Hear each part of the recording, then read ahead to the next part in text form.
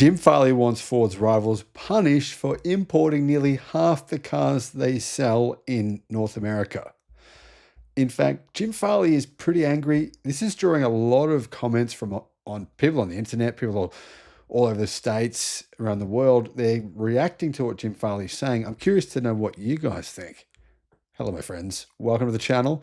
Great to have you with us. It's Sunday night here in Australia. The Trump administration has decided not to renew the US-Mexico-Canada agreement.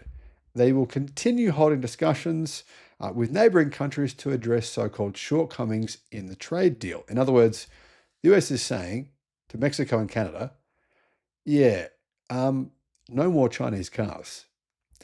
Key sticking points appear to include trade deficits and part content increases, as well as a desire for a new agreement that favors the United States, as you can imagine.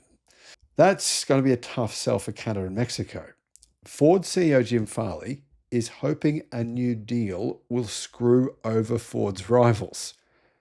Interesting. He spoke to CNBC and he said, it's imperative that any new agreement makes it easier, not harder, to compete with US makers who import from Japan, South Korea, and global competitors that import from those locations. Interesting, this comments about Japan and South Korea. We haven't heard that before. That's not a subtle jab at rivals who are heavily dependent on imports. The publication said General Motors imported 1.17 million vehicles last year to the United States. This represented 41% of their domestic sales. The great American company General Motors is importing 41% of its cars. That's a lot.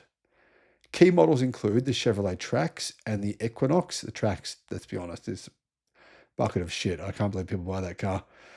The majority of Buick's lineup as well is imported. On the Electric Viking website, I'll put a link in the description below. We have more articles about electric cars and battery technology than any other website that I'm aware of in the world.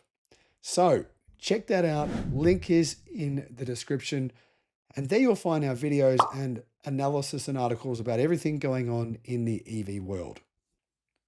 Toyota has a number of plants in the United States. They imported more than 1.2 million vehicles in 2025. As a result, 47% of vehicles sold in America by Toyota were imported. 47%. That's a pretty big percentage.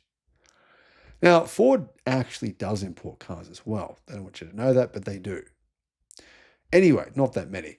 Ford has a problem with this, and the company claims to assemble more than 6 million vehicles in America for every one that it imports, meaning it leads the industry.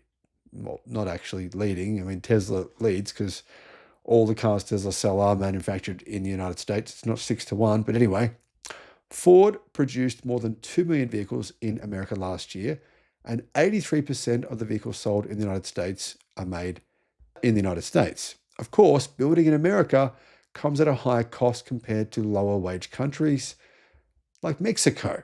So obviously a lot of General Motors cars come from Mexico. Farley says the company should be rewarded for building in America, or rivals should be hit with penalties for relying on imports. He believes this would level the playing field, but only time will tell what happens in the future.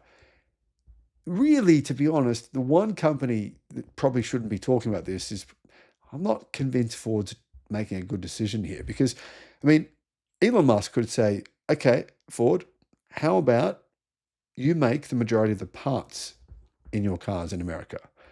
If Ford had to do that, they'd be in big trouble, because the truth is the majority of the parts in Ford's vehicles actually aren't made in America. Less than 50% are. Whereas Tesla is the complete opposite. More than 70% of their parts are made in the United States. So I reckon Ford might be better off just keeping silent here, though they do have a good point about General Motors and Toyota and other companies, particularly General Motors and Toyota, importing so many vehicles into the US, and there being no negative ramifications there whatsoever. Now, I personally couldn't care less about this, but what do you think? Let me know in the comments. Thanks for watching. Thinking about getting solar, a home battery, or an EV charger? check out Australia's best free comparison tool because it could save you a lot of money. Guys, click on the link below in the description and you can see how much you can save.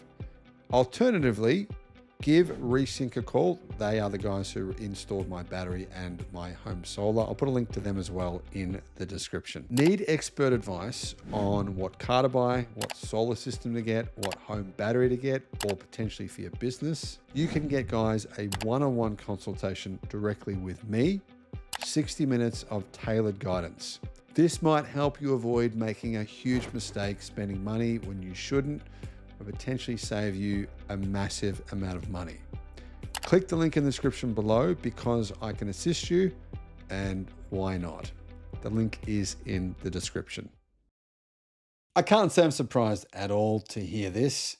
Ford CEO Jim Farley is at the point of basically begging the government to stop Chinese cars from entering the United States. The crazy thing about all of this is that they've already done it. I mean, you've got to really see how palpable the fear is. I mean, this is some serious fear from the CEO of Ford that Trump and even Biden, Democrats and Republicans have all said, nah, no Chinese EVs, 100,000,000% tariffs on these guys. They aren't coming. And Farley's still saying, please don't let them come. And so is General Motors. It's not just Jim Farley.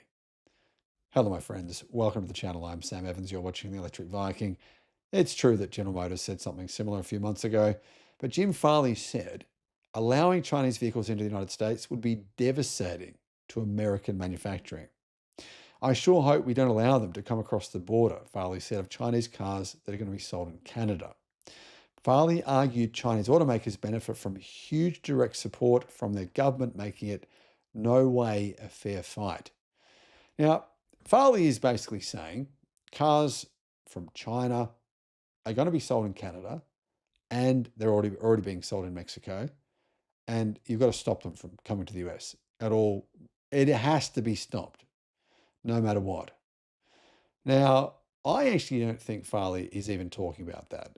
I don't think Jim Farley really thinks that Canada's little auto market is going to really be a threat to the US.